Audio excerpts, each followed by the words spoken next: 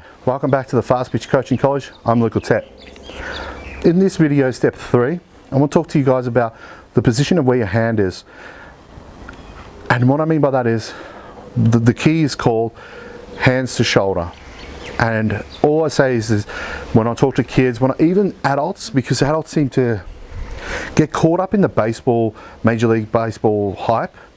However, they miss one fundamental action, is that all great hitters go back to the basics once they start. So what I mean by that is, like, if you were watching, for an example, if you're watching Kevin Youkilis, the guy sits there like this. Okay, literally, he's pointing the bat almost at the pitcher. Okay, and you're thinking, well, how is he going to hit from there? Well, all he does from there is he goes feet to feet and drops his hand back into this position, lands and goes. He's still in that position, where most hitters here in Australia and softball especially, they see that and they do it. They miss the part where the hitter will come back into that same position. Every time there is a position that everyone goes into, and that's this.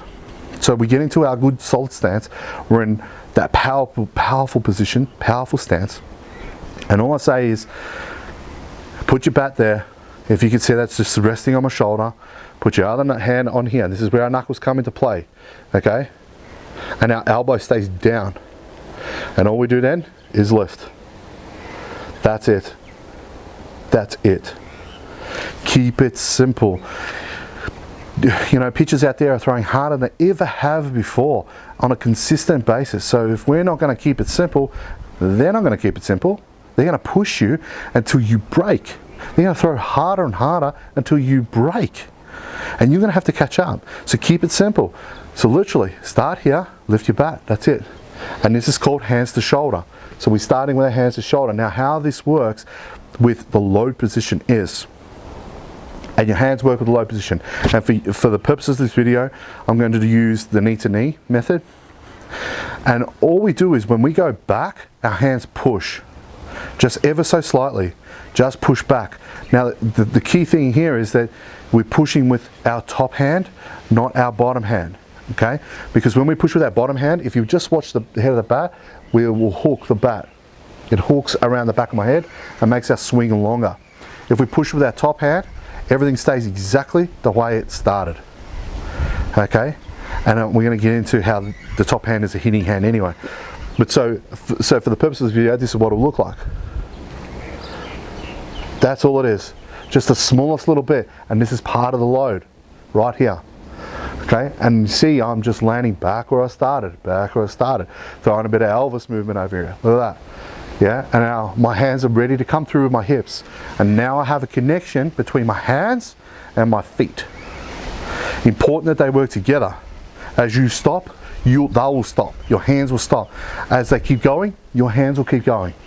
Because what we want is full load, full extension. If we're not getting full load, full extension, we're not hitting the ball as hard as we could on a consistent basis, and that's what we're really after, isn't it? So, just literally, hands to shoulder here, put your hand on the bat and lift. That's it. When we go into our low position, push your hands slightly back with the top hand. Just the smallest little bit, literally, it's that. That's all it is. And it's just a connection and a rhythm that we can have with our feet. I hope that video was important to you guys. And it's important that we understand that we need a connection with our hands and our feet. It's also important that we don't necessarily start here.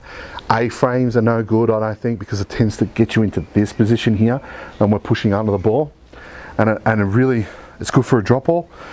When you throw up, every now and then you're going to stick it, but I believe that there's more money and more wins in hitting doubles consistently than one home run out of 8 or 10. So if we're able to hit 5, 6 doubles out of 10 compared to one home run in 8 or 9, it doesn't even compute to me. So that A-frame, I just disagree. That's just me personally. And there are always exceptions to the rule, but for me, the fundamentals for me to platform off is here, elbow 90 degrees. We're lifting our bat off our off our shoulders, and don't get into this position where your bat's straight up and down.